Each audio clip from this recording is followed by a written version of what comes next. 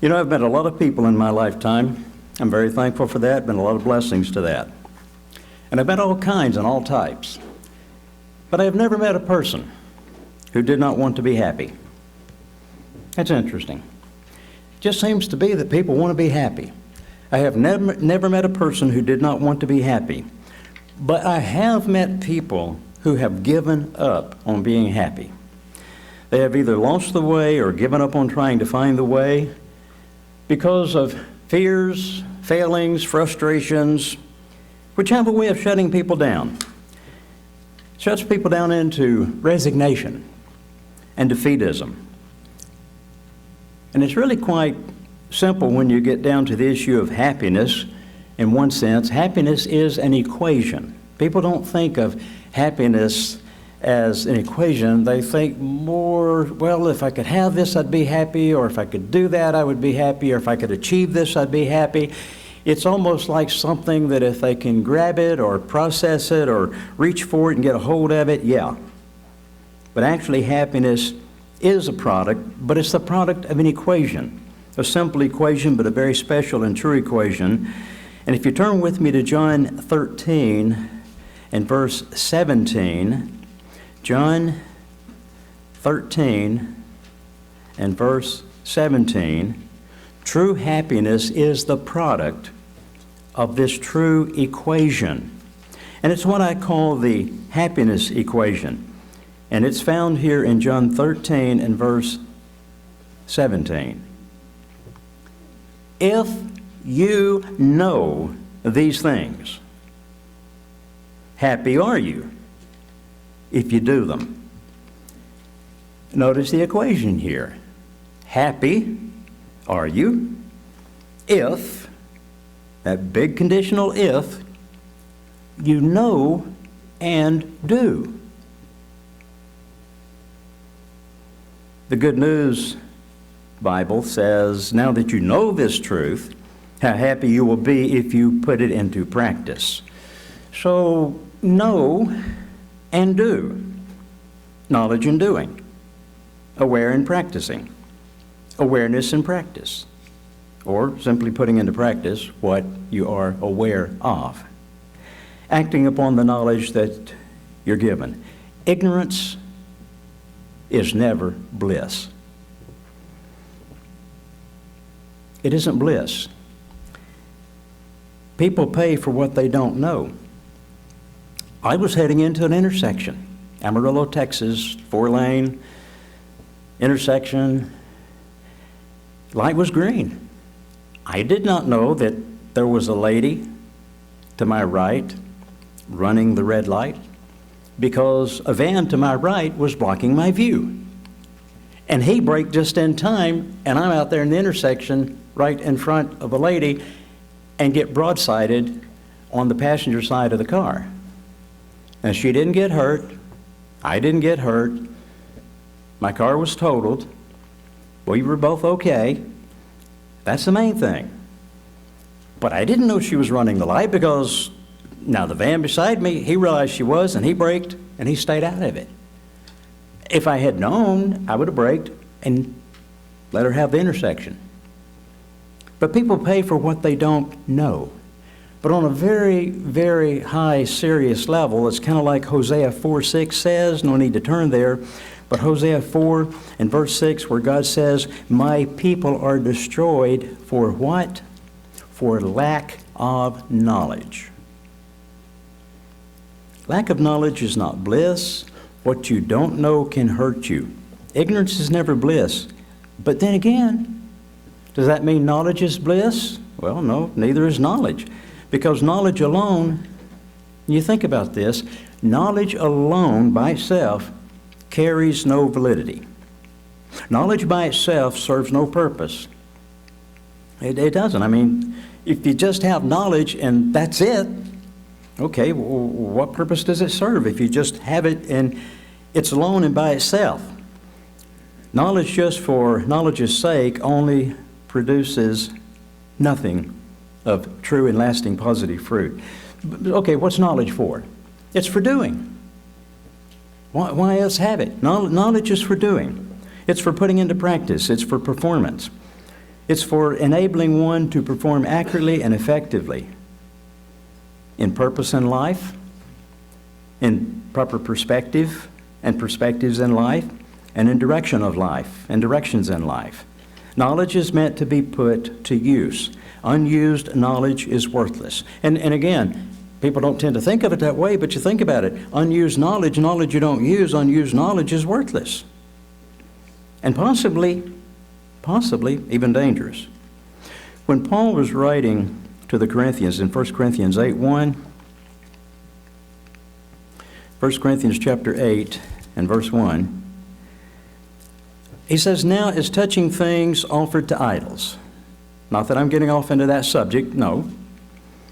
But he has something to say here about knowledge that is pretty extensive. We know that we all have knowledge. But then he waves this major red flag over knowledge. This cautionary statement: knowledge puffs up, but agape or love edifies or builds. Knowledge puffs up. Knowledge is meant to be put to use. Unused, it's worthless. It could even be dangerous, because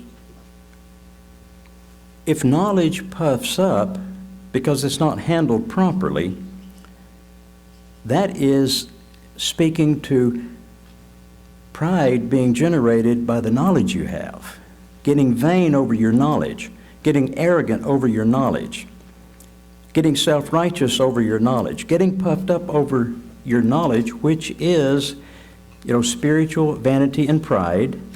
And one of the basic issues of pride is that it does destroy. Period. Now again, obviously the answer here is not to avoid knowledge. Think about it. You're caught between two ditches, which is really where you want to be. You want to be in the middle of the road with the balance. Because obviously the answer here is not to avoid knowledge, because the lack of knowledge also destroys. But the answer is the responsible use of knowledge through proper practice in your life and not letting it lie idle. So obviously the happiness equation does begin with knowledge. Christ said, if you know these things. So it does start with knowledge. But just as obviously it doesn't stop there. Happy are you if you do them. Put them into practice, and you will receive the product of happiness. True happiness, and as I go through this message, I emphasize true happiness. Not just saying happiness, but true happiness. Just like true peace, true calmness of spirit, true fulfillment. True happiness is the product of an equation that involves the true knowledge that God gives. So therefore, true happiness can come only from God. You can't get it from others. You can't get it from things. True happiness can come only from God. Now, I'll get to some about others and things in a little bit, but true happiness can only come from God. It's a product that comes as a result of my proper endeavor with God. Your personal endeavor with God. It comes out of that. From yielding to God, cooperating with God, and doing His work in you. Because God is doing His work in us, and us yielding to that work being done and cooperating with God in that work, it produces something that we can call true happiness, because true happiness is the byproduct of a spiritual work in you. And it can come no other way. It comes no other way. Let's stop and consider something. Mankind, human beings, male and female, mankind was created with a certain potential. Now, it's interesting that that potential is not dependent on him being aware of it or not. Billions have lived and died. Billions live today who are not aware of that potential. They will be made aware of it in due time, yes, just like you and I have been made aware of it. But man was created with a certain potential, whether he's aware of it or not, or whether he ignores it or not. It is there. That's reality. And that can't be removed. That's a reality. That's just the way it is. And that potential has to do with God's whole purpose in making us. That potential has to do with man's whole purpose for existing, for having been created. It's why I exist. It's why I was created. It's why you exist. It's why you were created. For why that you and I have been brought into being. And without that potential, there'd be no mankind. Because there'd been no reason for God, no purpose or reason for God to have made us, to have even started us with the forebears of Adam and Eve. Without that potential, there'd be no validity. There'd be no validation. There'd be no reason, no purpose for existing. Without that potential, we would never have been brought into being, because it is most basic to what we are as a human being. And it is that potential that God ultimately taps into. It's that potential that God ultimately taps into. With some of us, the few in this age, of course in the world tomorrow with the millennium, that whole millennial world, and then ultimately in that last great day, the 8th day, all these billions of this age will be brought up, and God will tap into that potential at that time with all mankind, with all human beings. God created us with the potential for what? To be made like Him. That is our potential. When we're born as a baby, there may be a certain framework in mind. We went through that, except you become as a little child in that sermon. But we're not like God in the way that we must become like God. That's going to take time and decisions and a process and experience and events. But all of that said, the potential to be able to be made like God is there. God created us with the purpose of becoming a like product so that we might be His sons and His daughters and live with Him and His family in the kingdom of God throughout all eternity. God created us so that we could be or become God-like. Sermon on the Mount, Matthew 5, verse 48. And by the way, what I'm giving today is Fulfilling Your Christian Calling, Part 3. That's what I'm covering today, is Fulfilling Your Christian Calling, Part 3. In that Sermon on the Mount, Jesus said to them there at the conclusion of chapter 5, it's verse 48, He said, "Be or become you therefore perfect, or complete, or mature, spiritually complete, perfect, even as your Father which is in heaven is perfect." Or as we say, Christ-like. Because again, since Christ is the exact image of the Father, you can't become like Christ without automatically becoming like the Father. Or you can't become like the Father without automatically being like Christ. And this is why it can be expressed in various ways, just like Paul expressing it to the Galatians in Galatians 4:19 this way, until Christ be formed in you.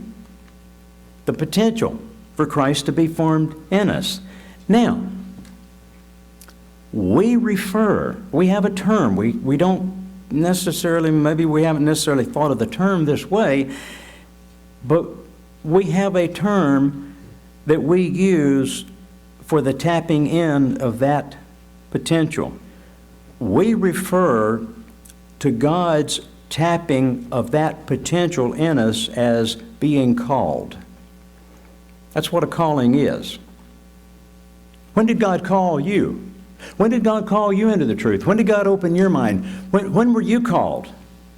We've used that type of phraseology my whole lifetime. Our calling.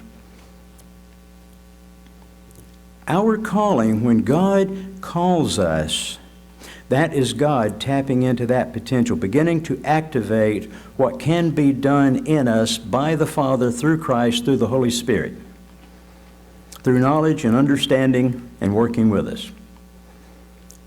Okay, if we refer to the tapping of that potential as our calling, then we refer to the successful endeavor of developing this potential, the successful endeavor of developing this potential as fulfilling our calling. There will be callings that go unfulfilled, sadly. But thankfully, there will be many callings that do get fulfilled. But the successful endeavor of developing this potential is what we're talking about when we talk about fulfilling our calling. Filling full our calling to be or become Christ-like. See, the true Christian is on a personal mission to become Christ-like. You may walk with nine others who are called. You may walk with 9 others who each are on a personal mission to become God-like, Christ-like, like the Father, like Christ. And 10 of you walking along, and you're a group of 10 walking along. You're an assembly of 10 or whatever. But each of the 10 must be on a personal mission to fulfill their calling, because if one decides not to, the other 9 can't fill it in for him. They can walk together, especially if they be agreed, yes. But each must tend to, the true Christian has to tend to that personal mission. He's been tapped into by God. He's been called. God is developing him.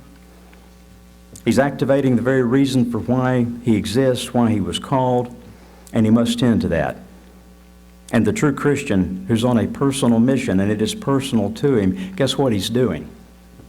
He's validating his existence. If I attend to the fulfilling, if I personally, on a personal mission, or attending to the fulfilling of my calling, I am validating my existence, because that's why I exist. That's why I was created.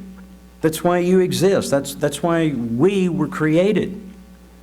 And it leads to life eternal with and through and in Jesus Christ.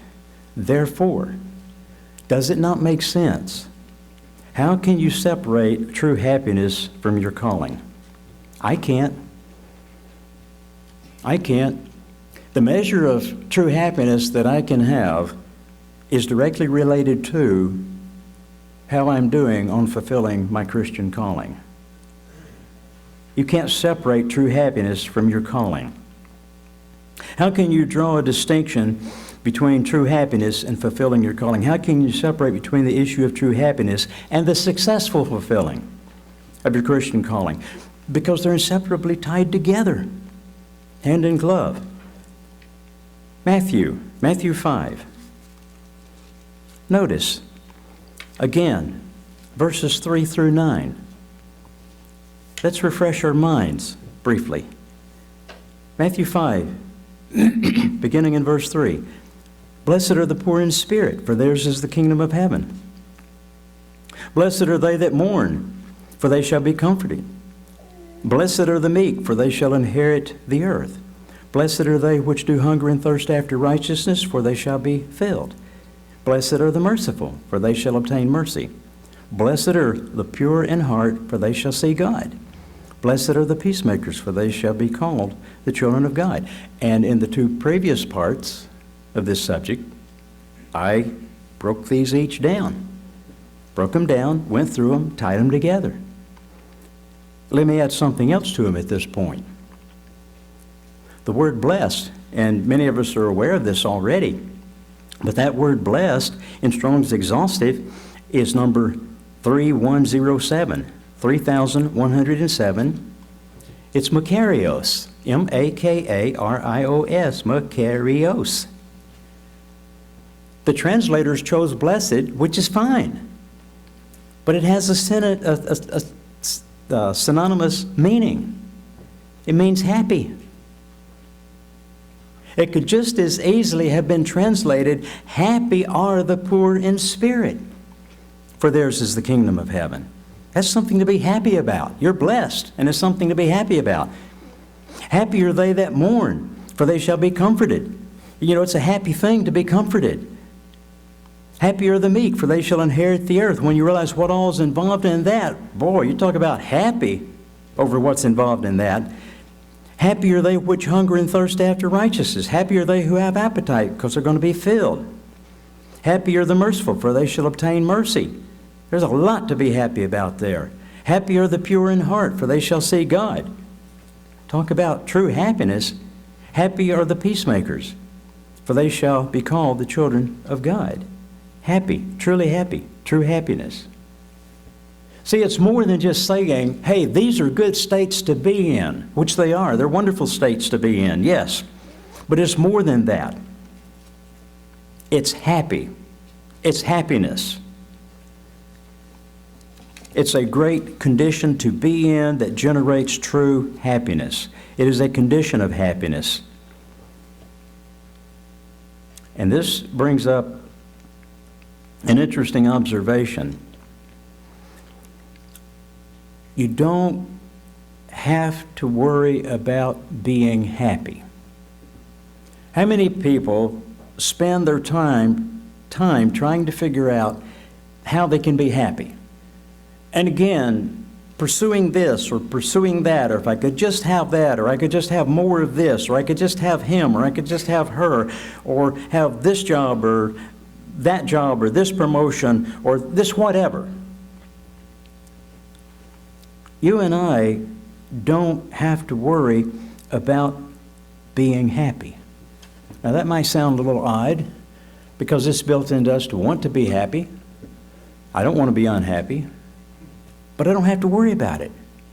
We don't have to concern ourselves with such specific pursuit. All we have to do is set ourselves to fulfill our Christian calling. I don't get up in the mornings and say to myself, what can I do to be happy today? No, what can I do today to fulfill my Christian calling? Because I know if I go about fulfilling my Christian calling, that the happiness part's automatically going to take care of itself.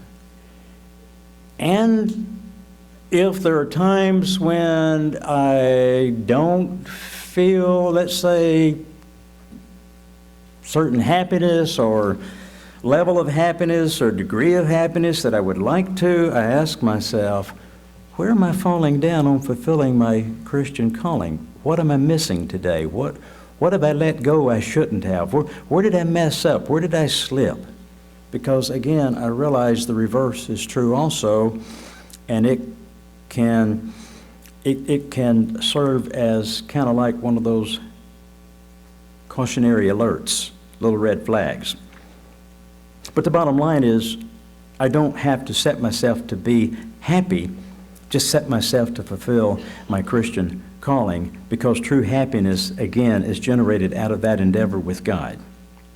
In other words, free yourself from trying to be happy. Don't worry about being happy. Just be concerned about doing what you should do, and true happiness is going to take care of itself.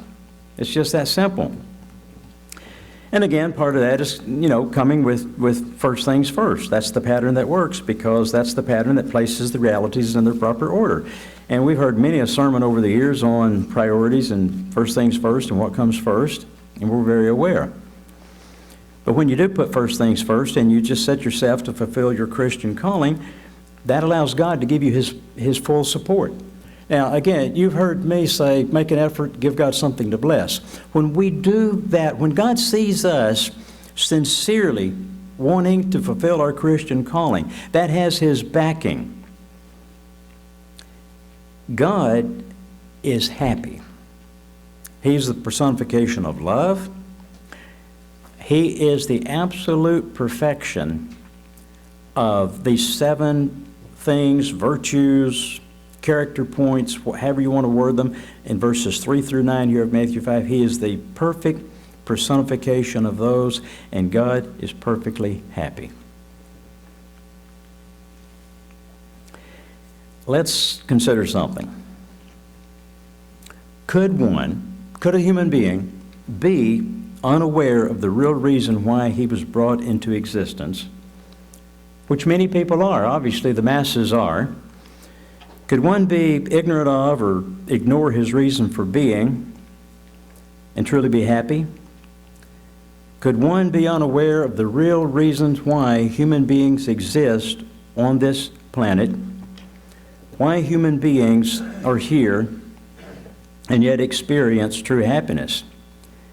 I don't think so.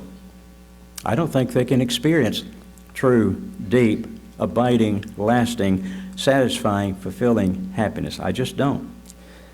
Could one's most basic purpose, one's most basic potential, one's most basic calling be unattended to due to not knowing, just simply not having the knowledge, or not being aware, and one be truly happy? I don't think so. Can the heart and core for why the human being draws breath and lives and exists be unknown, unattended to, undeveloped, and yet the product that goes with such development which doesn't take place, true happiness, be truly experienced? I don't think so. But I'll tell you what I do think. I think that people in general experience some happiness, yes. There are basic laws of God that do not require the presence of God's Spirit in order to grasp them. You read through the Bible. Abe Lincoln did it.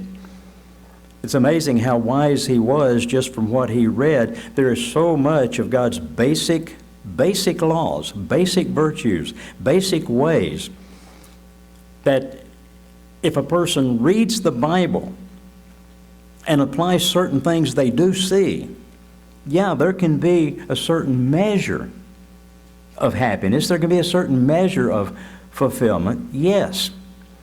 But also, in addition to that, because we are a creation of God, and God has made us with emotions, and He's made us for attachment, and He's made us for relationships, and we serve, and we share, and we relate. There can be a certain, call it a type of happiness or measures of it, based on good times, physical comforts, good health, pleasure, goals that are set and striven for and achieved and reached, and challenges and relationships, etc. So can there be some measures of happiness? Yes. I think that's easily enough proven. But in their heart of hearts, they know something's missing. They know something is lacking. They know something is unfulfilled. Something is going unsatisfied. There's still a certain type of soul hunger. Something unfulfilled, unanswered, unattended, unsatisfied. And of course, many people will consciously or unconsciously substitute other things in.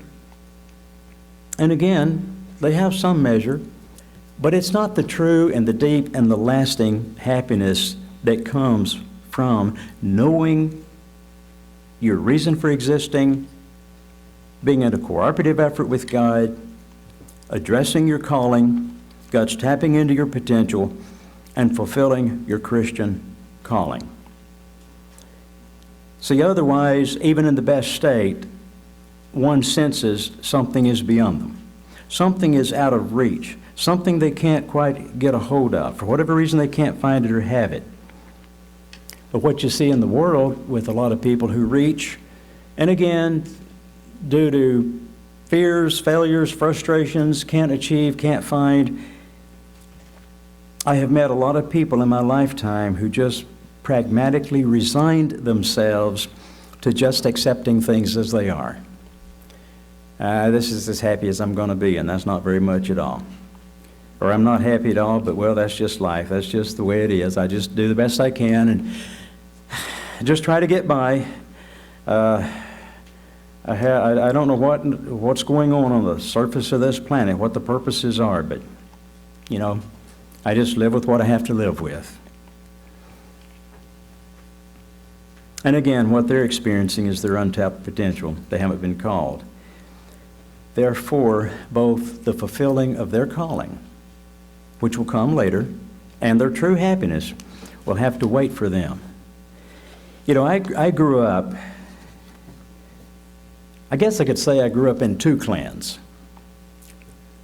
Primarily Scotch-Irish on my mother's side, the Montgomerys, and on my dad's side, the Beams. Don't know for sure what the background, probably Irish, could be German to some degree, but I grew up in two clans. A lot of aunts, a lot of uncles, a lot of cousins, and grew up close with them. And family members, extended family members, neighbors, kids in school. And I learned at an early age that there's a lot of unhappy people in this world that just aren't happy. And the struggles and the strivings and surviving and just getting by, and the levels of ignorance that you could run into with people, ignorance that did hurt, because again, people pay for what they pay a price for what they don't know. And of course, long ago, I realized the opportunities that God was giving me and some of my family on my mother's side, but only Dad on his side, that we were the exceptions. We were extra blessed. We had opportunity to be extra happy because of what God was giving us by calling us. And the others would have to wait. They'd have to wait. And many of them now are waiting in their graves to the second resurrection, the general resurrection. And the people we currently know, friends, family, neighbors, whoever, how long may one have to wait? We don't know. As we look at any one individual, we don't know. But let's consider something. Matthew 4, backing it up one chapter. Matthew 4, picking it up, verses 12 through 16. Matthew chapter 4, picking it up in verse 12. Now when Jesus had heard that John was cast into prison, he departed into Galilee. And leaving Nazareth, he came and dwelt in Capernaum, which is upon the seacoast in the borders of Zebulun and Naphtali, that it might be fulfilled which was spoken by Isaiah the prophet, saying, the land of Zebulun and the land of Naphtali, by the way of the sea beyond Jordan, Galilee of the Gentiles. Verse 16, the people which sat in darkness saw great light, and to them which sat in the region and shadow of death, light is sprung up. Think about the way that is worded. Now, that whole area, Judea, Galilee, all of it, was a broken country. There was wreckage, there was breakage, bad economy, bad health, a lot of demonic influence, subjugated people under Rome's heel. A very unhappy time. Not at all unakin to the way the masses of 6,000 years have gone. Notice the way it's worded. The people which sat in darkness saw great light. And to them that sat in the region and shadow of death, because death was such a part of the fabric of their lives, light is sprung up. Sat as opposed to walked. Kind of a poetic way of emphasizing being trapped, immobilized, paralyzed. Sat. You know, if you've ever been in a situation where the darkness is deep enough, it shuts you down. You can't see a thing, you're afraid to move because you're going to bang into something, hurt yourself. You sit there and hope for some light. It's a way of expressing being shut down. It's a way of expressing being trapped. And on the one hand, I guess you could say, kind of accepting your situation, no place to go, no nothing better. Just resigned. And then, great light. And so you have the result, in verse 25, and there followed him because he was the great light. I remember years ago at St. Petersburg at the Feast of Tabernacles, whoever was giving the sermonette, and there was about 12,000 people in there. And on cue, someone turned off all the power to the lights. And it was totally dark. And the person on stage lit a candle. And everybody could see it because of such contrast. Darkness was still out around, but all eyes focused on that candle. Saw great light.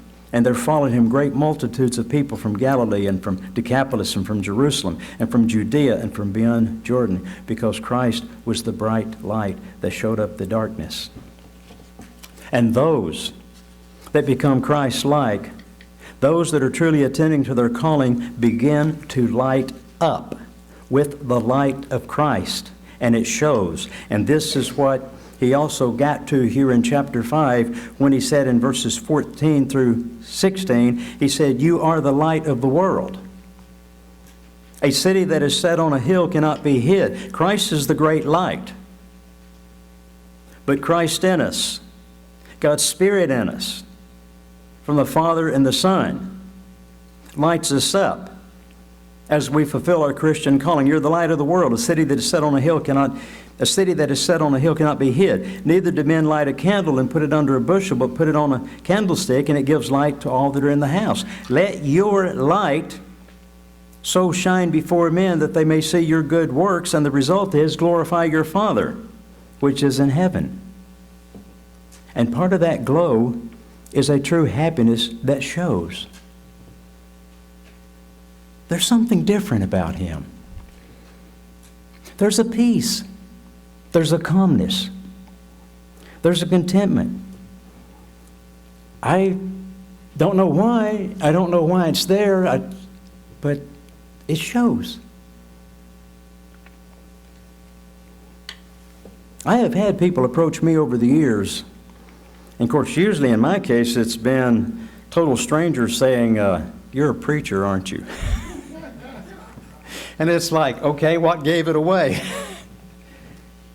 And they say there's a calmness.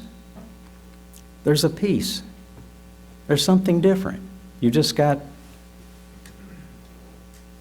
they might say you seem to be a man of God. And of course, I would love to think I'm a man of God. That's what I'm trying to be, a person of God. But it's an inner light. And folks, it does show. It shows through us. And they sense a deep inner peace. They sense a deep inner happiness. And sometimes people will think or say, "I wish I had that. Wish I had that." I said at the beginning of this sermon that I've never met a person who did not want to be happy. And I haven't. I've never met anybody that, if I were to say, "Do you want to be happy?" Of course I do. I'd be crazy not to want to be happy. But at the same time, I have met people who have given up, and if you bring up the subject, well, happiness is a will-o'-the-wisp.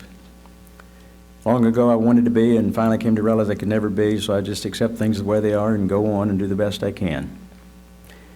People have either lost the way or given up trying to find the way and just simply resigned themselves to a subpar condition. True happiness, which is opened up to you and me, is inseparably tied up with the God-given human potential, with our Christian calling. Again, you can't separate it. True happiness is tied up with becoming Christ-like. Again, fulfilling your Christian calling, part 3. But for a moment, again, reverse the equation. Reverse it because you can't break it. It breaks us. John 13:17, if you know these things, happy are you if you do them. The reverse, now that you know these things, how miserable you will be if you don't do them. See, that's just as true. Because once we know these things and we won't do them, choose not to do them, how miserable we will be. We know what sure sense that makes. If we fail to become Christ-like, if we fail to fulfill our Christian calling, we not only lose out on true happiness, we lose our validation for being.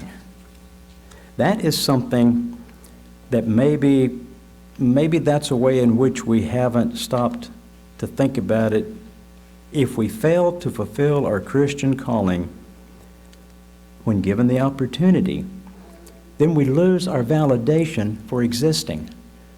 Because that's why we exist, so that calling can be tapped into, it can be activated, God can develop us, we can fulfill that potential through God, through Christ, through their Spirit, and be with God, the Father and Jesus Christ and their family, the kingdom of God forever and ever. But without the fulfilling of that calling, without the successful development of that potential, without the successful development of the reason for why we exist, we're brought into existence, I'm sorry, folks, you have no reason to exist. I have no reason to exist. Life is real to me.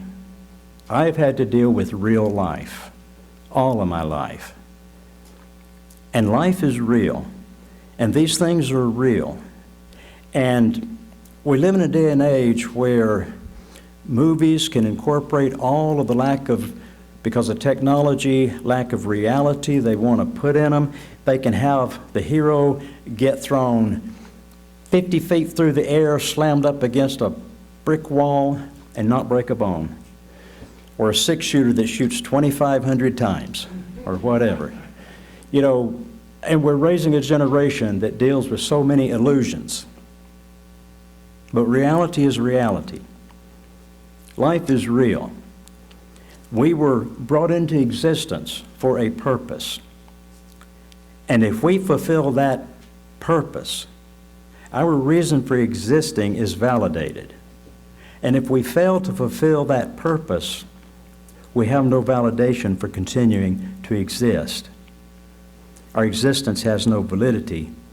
We have ceased to have validation for existing. Therefore, that's why God will have to terminate anyone, whoever it may be, however few or many, and hopefully it'll be very few, but that's why they will be terminated in the lake of fire, because there is no valid reason for them to go on existing, along with other reasons like God's mercy and truly God's love. But in the final analysis, any and every being that is not Christ-like has neither purpose nor place. If at the end of my days I am not Christ-like, I am not sufficiently Christ-like, I am not sufficiently like God my Father, what place is there for me in His kingdom? What place is there for me in His family? In eternity, there is no purpose or place for me. But if I fulfill my Christian calling through God's support and blessing as I make the efforts, then there is purpose for me. There is a place for me forever and ever.